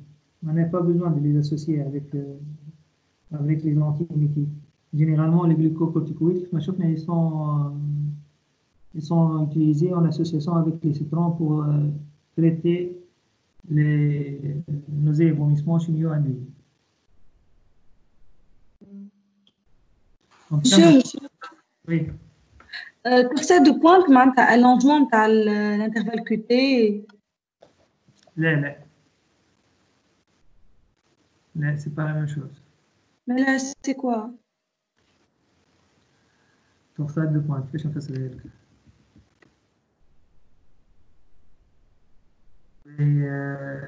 التورسات دو بوينت زاد هي تتشاف في الالكتروكارديوغرام كيف ما الالونجمون دو طون كيف ما البيتي.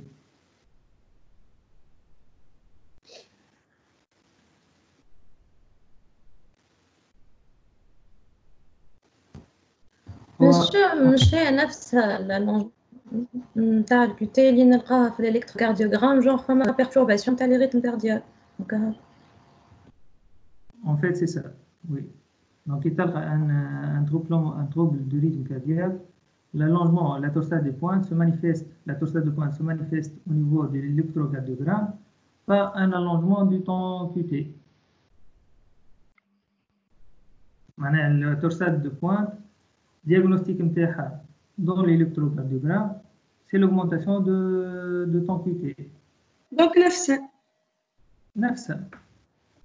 Oui.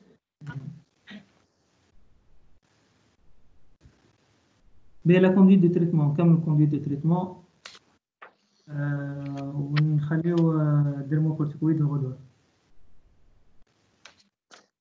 Donc, conduite de traitement, l'utilisation d'un corticoïde à demi-vie biologique courte. Donc, il faut utiliser surtout celui à demi-vie biologique courte afin de freiner au minimum l'axe hypothalamo-hypophysaire surrénalien, اللي كنا نحكي فيه. Il faut adapter la posologie en fonction du poids de l'individu. Il faut essayer d'administrer le corticoïde en une seule prise et qu'il soit le matin pour préserver le rythme circadien.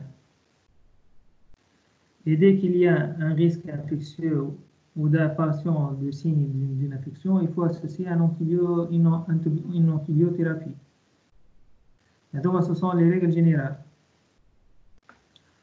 Pour les traitements de courte durée, il faut respecter la durée du traitement.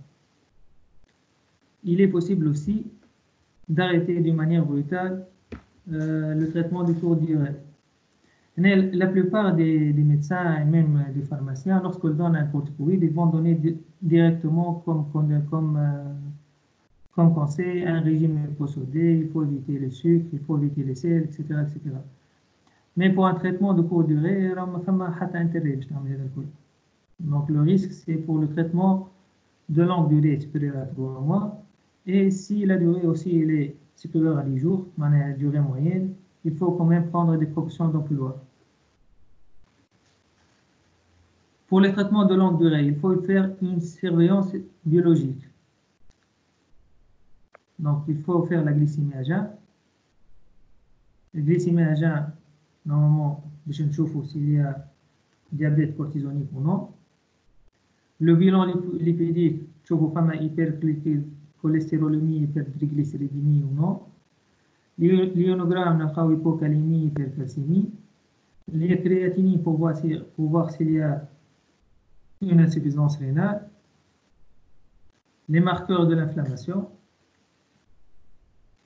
Et l'ostéodensitométrie, c'est pour voir l'état des os, s'il y a une ostéoporose cortisonique ou non. Donc, ce sont les éléments à surveiller. Monsieur, علاش نشوفوا في l'état des reins على خاطر يبقى provoquer une insuffisance rénale. نجم يعمل insuffisance rénale les corticoïdes. Vu le lithiase ديك urinaire. لا vu l'HTA. الهيبوكاليميا ما قلناش تعمل اشتياء ولا اشتياء تنجم تعمل دي بروبليم كاردياك كونجستيف. الاشتياء تعمل une insuffisance rénale. Donc, allez laisser apprendre le traitement de longue durée. La surveillance clinique, la température corporelle, allège température corporelle pour voir s'il y a une infection ou non. La mesure du poids et de la pression artérielle. Poids, une diminution, une fente musculaire, une diminution de la croissance. Surveillance oculaire surtout pour voir s'il y a un cataracte ou un glaucome. Surveillance cutanée pour voir s'il y a une plaie, parce qu'il va retarder la cicatrisation des plaies. Surveillance cardiaque et mesure de la taille chez l'enfant. Donc, il faut aussi avoir recours à des mesures adjuvantes pour compenser et limiter l'apparition des effets indésirables. Donc, régime riche en protéines, régime riche en calcium, ajouter la vitamine D, ajouter le potassium, plutôt pauvre en sucre et pauvre en potassium. Donc, régime riche en protéines, calcium, vitamine D et potassium. Pauvre en sucre et sans sel. Et diminuer progressivement les doses avant l'arrêt du traitement. Donc, avant l'arrêt du traitement, il faut progressivement diminuer le traitement. Juste نشوف عمال ظهر لي عملت في présentation على l'arrêt du traitement précisément.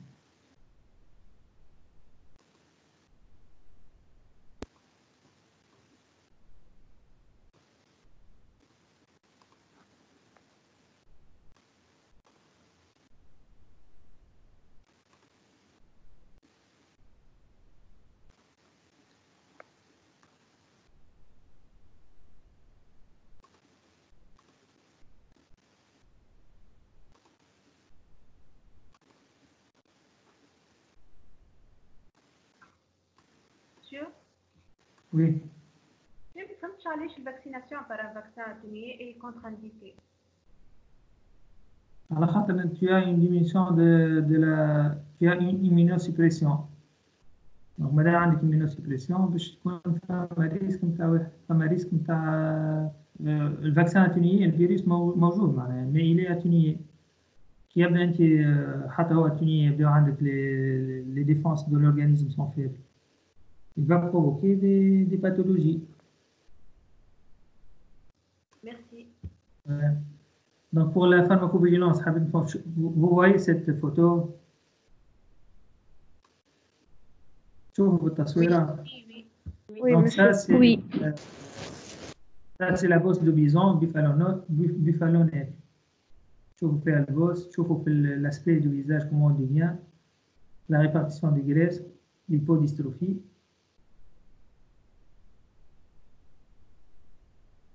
نحب نوريكم معنا une autre photo. Vous voyez les vergetures. شوفوا في الفيرجيتور تصوير تشوفها. Oui. Donc le vergeture هذه بالحق معناها c'est redoutable على خاطر فما برشا عباد تبطل التريتمون vu leur aspect un peu gênant. Ça fait indésirable d'observer avec les corticoïdes. ماشي vergeture يعني كم الخطوطة. هذوك هما صحيح. Non. Pour les cures prolongées, il faut arrêter le traitement. Il ne faut pas arrêter le traitement d'une manière prolongée. C'est-à-dire quoi, ne pas arrêter le traitement d'une manière prolongée? Prolongée ou la brusque? Il ne faut pas arrêter le traitement d'une manière prolongée. Donc l'arrêt brutal expose le malade à 3 catégories de troubles. Un phénomène rebond, donc c'est-à-dire reprise évolutive de l'affection, observé par exemple dans le cas de l'asthme ou des rhumatismes inflammatoires. On peut observer aussi une insuffisance surrénalienne. Donc c'est la première complication après corticothérapie prolongée. On peut observer aussi un syndrome de sévrage au corticoïde. Syndrome de sévrage au corticoïde se manifeste par une asthénie, anxiété, douleur et amaigrissement. Donc, donc résistance envers. Donc résistance envers, le patient, il va reprendre la maladie, il va résistance, c'est-à-dire résistance, rechute et rebond. Donc résistance, il voit que le traitement n'a pas d'effet. La rechute, il revient à l'intensité des symptômes revient avant l'arrêt du traitement. Ou le rebond, le malade يرجع, les symptômes يرجعوا أما أكثر. Donc هنا l'intensité des symptômes. On parle par exemple rhumatisme articulaire aigu. Donc le patient est hassan, il passe d'une manière brutale au traitement. Donc il est exposé un phénomène de rebond, rechute ou résistance. Résistance, بشوية يرجع. Rechute, il reprend les mêmes manifestations. Ou le rebond, c'est que les manifestations reviennent avant qu'il a pris le traitement. واضحة la différence entre les trois? ايه monsieur بربي عاودنا بشوية. B. Lorsqu'un patient arrête d'une manière brutale un traitement par la corticothérapie, cet arrêt brutal va exposer le patient ou bien à un phénomène rebond, ou bien à une rechute, ou bien à une résistance.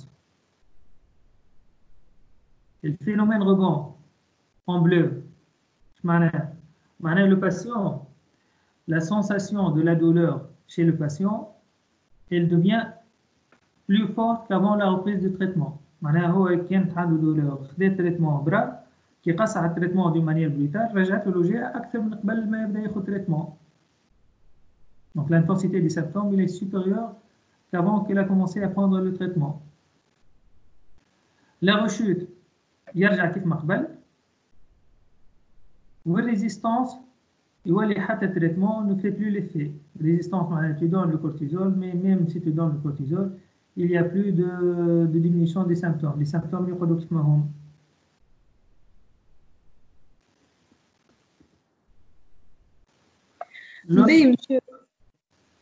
monsieur بالنسبة للبروسيسوس بالضبط كيفاش لازمنا معناتها on arrête la prise نتاع الميديكامون كيفاش؟ Donc l'autre risque c'est l'insuffisance surrénalienne. Comme on vient de dire, c'est la première complication après corticothérapie prolongée. Et le troisième, c'est le syndrome de sévrage. L'arrêt de traitement, mais c'est juste pour avoir une idée. La première étape consiste à obtenir une administration à une dose unique et matinale du corticoïde d'action courte égale à 5 mg équivalent prédnisone. معناها هو كان ياخذ في 20 ملغ par exemple. L'étape là, نحبوا نوصلوا ل 5 mg équivalent prédnisone avec une seule prise le matin. Donc si ce n'est pas le cas, شنو لازم يعمل؟ Donc on commence tout d'abord par changer la molécule. Donc si c'est un corticoïde d'action prolongée, il faut le changer par une corticoïde d'action courte à la même dose équivalente. ما نحكيوش على الدوز ثيرابيوتيك، نحكيو على الدوز équivalente اللي شفناها في التابلو البكري. اللي شفناها في التابلو قلت لكم مش لازم تحفظوها. Donc le dose, si il est supérieur à 20 mg par 24 heures, la conduite à tenir pour un sévrage optimal est de diminuer progressivement la dose antérieure de corticoïde de 10% tous les 10 à 15 jours, jusqu'à avoir une posologie de 15 mg par 24 heures. معناها pendant les premières 2 semaines تتعدل 18 ملغ وبعد تتعدل 16 ملغ وبعد تتعدل 14 ملغ. Donc هذا باش ياخذ لك وحده 15 jours 45 jours pour arriver à la dose de 15 mg par 24 heures. Donc puis diminuer milligramme par milligramme tous les 8 jours. معناها هو كان ياخذ في 20 ملغ باش يخلط حتى 10 ملغ 5 fois 8, 40 jours. On bat milligramme par milligramme tous les 15 jours à 1 mois jusqu'à 5 mg par 24 heures. معناها من بعد باش يقعد ينقص milligramme par milligramme. معناها كان 15 jours c'est 45 jours. كان tous les mois باش يرجع ل 5 لازمو 5 mois. Les administrations, s'ils sont plurieux quotidiens, donc il faut préciser une seule prise que ce soit le matin. معناها تنحي من الأول البريز نتاع النوي وبعد تنحي لا بريز دو l'après-midi وبعد تخلي كان celle du matin. La deuxième étape consiste à remplacer les 5 mg par 24 heures de corticoïdes de synthèse par une dose équivalente d'hydrocortisone. Donc 5 mg par 24 heures de corticoïdes de synthèse correspond à 15 à 20 mg par 24 heures d'hydrocortisone. L'hydrocortisone, c'est le corticoïde physiologique. Cette molécule est une hormone proche de la cortisone naturelle et possède une demi-vie d'action plus courte afin de diminuer le risque d'insuffisance surrénalienne. بعد la dose d'hydrocortisone sera aussi diminuée 5 mg tous les 8 à 10 jours. معناها في الآخر بكل l'étape finale c'est le sevrage définitif, arrêt de traitement complet. Donc هنا juste pour avoir une idée, un traitement يبدأ 20 mg de dexaméthasone nécessite minimum 6 mois d'arrêt du traitement. Pour ne pas arrêter le traitement d'une manière brutale. Ceci n'est pas le cas pour un traitement de courte durée. Cure courte, absence de surveillance clinique et biologique, possibilité d'arrêt brutal. ونحكيو على cure courte من 5 ل 10 أيام.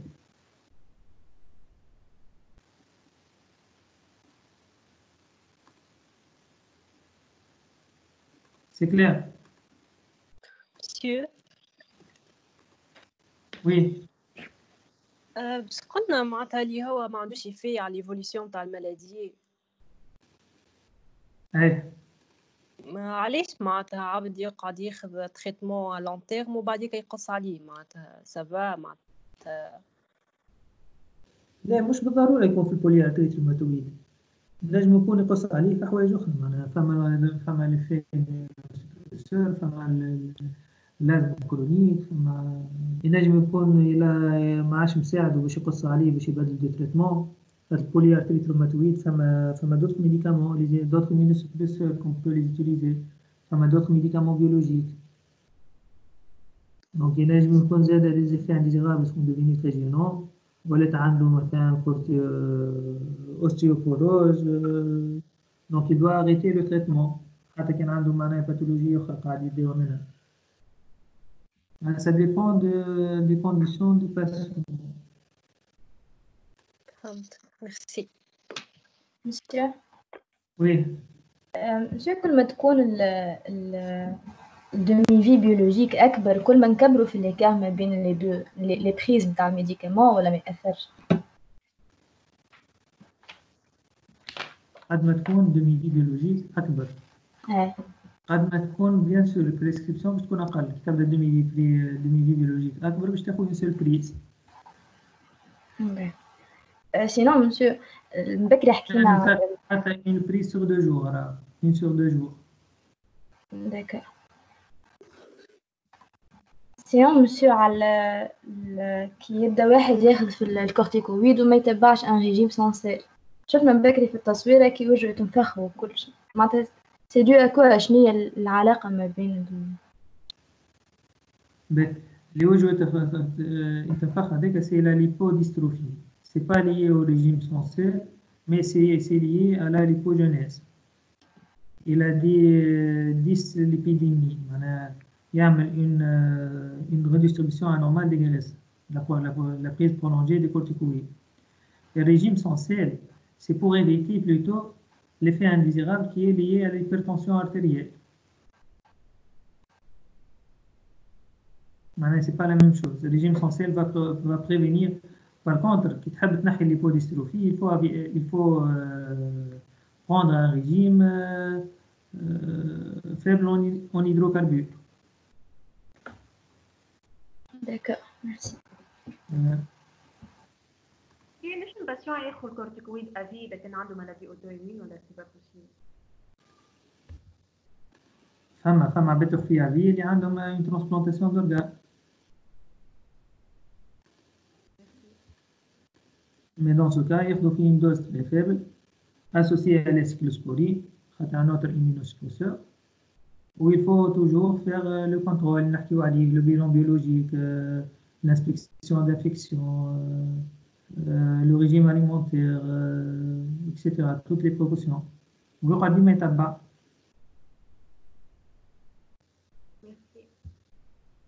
De rien. Monsieur, Oui. نتيرش الديابو اللي فيها بروسيسوس نتاع لاغي نتاع البريز نتاع الكورتيكويد لونغ دوري متاش تبعث لنا تلقاوها في فارماسك. في فارماسك الكور نتاع عملناه محطوطة لي ديابو. نجموا تشوفوهم هو سي لو ميم كور. في الدوسي نتاع عملناه ولا؟ اي دوسي عملناه ولا هذيك سي لي ديابو قريب اليوم عملناه.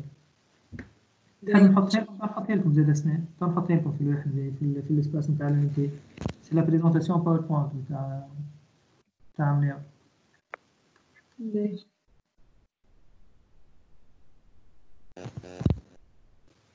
Mais c'était juste pour montrer aux étudiants que vraiment c'est un arrêt qui ne doit pas être brutal.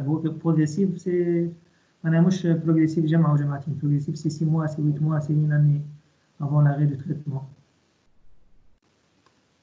فماش كان le risque d'insuffisance surrénalienne, mais فما زاد le risque d'effet rebond. أنا عبارة ما كانت ما عملت شيء ترجع المانيفستاسيون كلينيك نتاع الباثولوجي من الأول.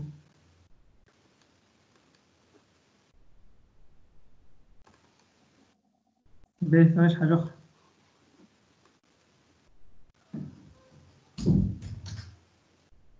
Est-ce qu'il y a une autre question?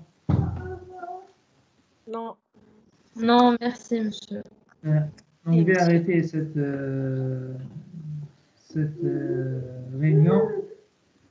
Normalement, هو اللي يقول لك في الفيديو كونفيرنس ما لازمش تفوت 1h40 minutes. نحن عندنا ساعة ونص donc je vais arrêter. نحاولوا غدا نكملوا لي dermocorticoïdes وندخلوا في les AINES. باهي monsieur باش تبعث لنا كور لايناس.